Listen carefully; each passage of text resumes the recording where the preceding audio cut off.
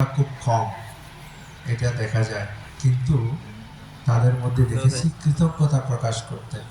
একটু হলেও একটু বাক্যের দ্বারা যাদের সান্নিধ্য পেয়েছে বা তাদের উপকার হয়েছে তাদের প্রতি মানে আজকে এই কৃতজ্ঞতা পূজার মতো এই পূর্ণময় অনুষ্ঠান। তো যা হোক, আমি অনেকদিন পরে এসেছি অত্র অঞ্চলে। কক্সবাজারও আসি না অনেক দিন, প্রায় হয়তো 7 মাস হয়ে গিয়েছে। অনেকদিন পরে এসেছি, খুব ভালো লাগছে। তো উপাসক উপাসিকা বৃন্দ এই স্বদেশ বড়ুয়ার মাধ্যমে তাদের পরিবারের সাথে আমার সম্পর্ক, বিশেষ করে সে যখন প্রজ্ঞালঙ্কার ভিক্ষু, যেহেতু রেবতপ্রিয় বান্তের সে শিষ্য ছিল, বান্তের শিষ্যদের নাম রাখতেন লঙ্কার, জ্ঞানালঙ্কার, প্রজ্ঞালঙ্কার, অগ্রলঙ্কার, এরকম করে লঙ্কার দিয়ে নাম রাখতেন। তো তার নাম ছিল প্রজ্ঞালঙ্কার। যেমন নাম দিয়েছে, সে একজন প্রজ্ঞা সম্পন্ন ছেলে, আসলে মেধাবী ছেলে। সে বৌদ্ধ ধর্ম সম্পর্কে তার প্রচুর জ্ঞান এবং অন্যান্য বিষয় সম্পর্কেও তার জ্ঞান। সে থাইল্যান্ডে গিয়ে লেখাপড়া করেছে, অনেকে তো লেখাপড়া করে না। সে লেখাপড়া করেছে, অস্ট্রেলিয়া গিয়ে সে লেখাপড়া করেছে। সে মাইগ্রেশনের উপর, তার যে মাইগ্রেশন লর উপরে তার লেখাপড়া অস্ট্রেলিয়াতে। আমাকে অস্ট্রেলিয়া যাওয়ার জন্য সে অনেকবার চেষ্টা করেছে, 2বার আমাকে আন্তর্জাতিক সম্মেলনে কাগজ পাঠিয়েছিল, কিন্তু আমার পেটে বলা হয় না। আমাদের বুদ্ধানন্দ বান্তে কেউ দিয়েছে, বুদ্ধানন্দ বান্তে ঘুরিয়ে এসেছে, কিন্তু আমি যেতে পারিনি।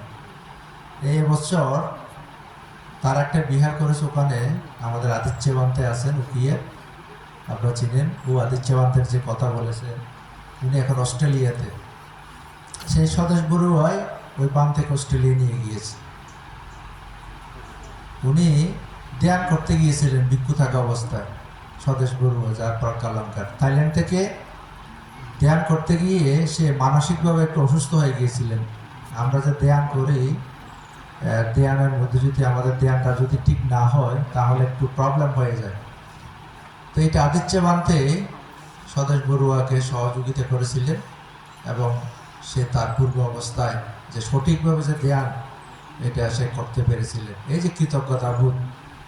তো আদিত্য বান থেকে অস্ট্রেলিয়া নিয়ে গিয়ে যে এটা ওখানে বাংলাদেশ বুদ্ধিস্ট টেম্পল করেছে, সেটাতে বিহারাধ্যক্ষ হিসেবে বান থেকে রেখেছে এবং সেটার সেক্রেটারি হচ্ছে আমাদের স্বদেশ বড়ুয়া। দেখুন কোথাকার ছেলে কোথায় গিয়ে নেতৃত্ব দিচ্ছে এবং ধর্মের জন্য কাজ করছে। একটা বৌদ্ধ বিহার প্রতিষ্ঠা করা চারটিখানি কথা নয়, স্বদেশ বড়ুয়া এটার নেতৃত্ব দিচ্ছে। তো এবার আমাকে নিয়ে গিয়ে বুদ্ধ পূর্ণিমায় সে সংবর্ধনা দিল, অনেক মানে আমাকে ওখানে অতিথি করে সম্মাননা দিল। তো আমি তার কাছে কৃতজ্ঞতা জানাই, কারণ আমি সারা পৃথিবীতে ঘুরলেও অস্ট্রেলিয়া ঘোরাটা আমার হয়নি।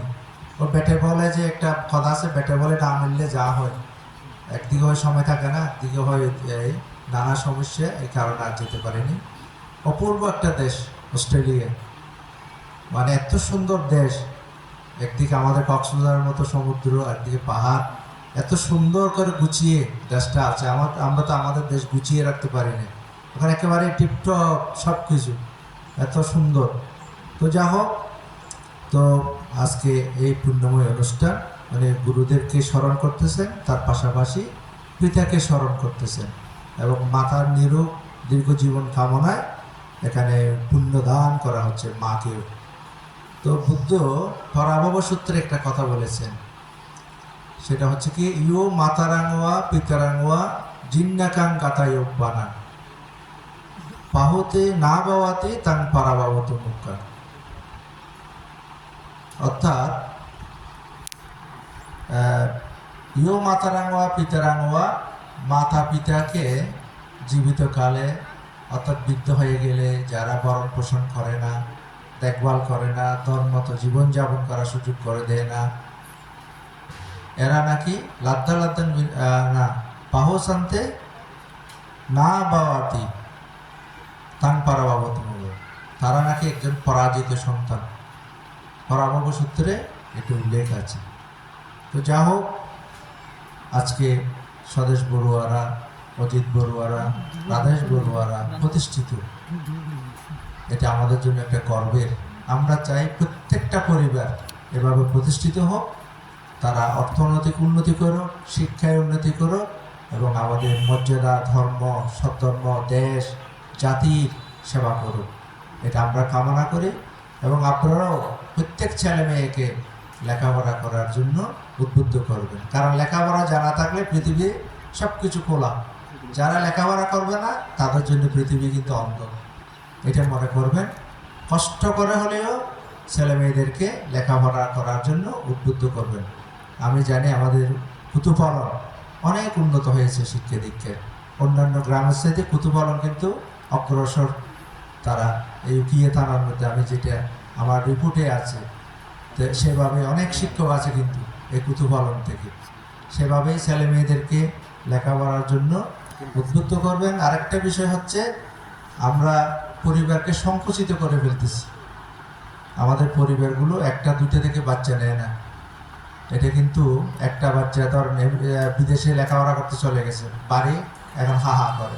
অন্তত একটা সন্তানকে হলে বাড়িতে রাখার চেষ্টা করবেন এবং পরিবার যাতে শিকড়টা যাতে রক্ষা হয়। আপনি উত্তরের দিকে যাবেন, পটিয়াতে বাড়িঘরের মধ্যে শেওলা পড়ছে, কেউ নাই, ঘরে তালা মারা। এখন গ্রাম মানে শূন্য হয়ে যাচ্ছে। তো আগে এরশাদ বলতো ৬৮,০০০ গ্রাম বাঁচলে বাংলাদেশ বাঁচবে বলে, এরকম বলতো। এখন গ্রাম যদি শূন্য হয়ে যায় তাহলে আমরা বাঁচবো, আমাদের বৌদ্ধ ধর্ম বাঁচবে, এই বিহার, এই সমাজ, এই ধর্ম কে রক্ষা করবে?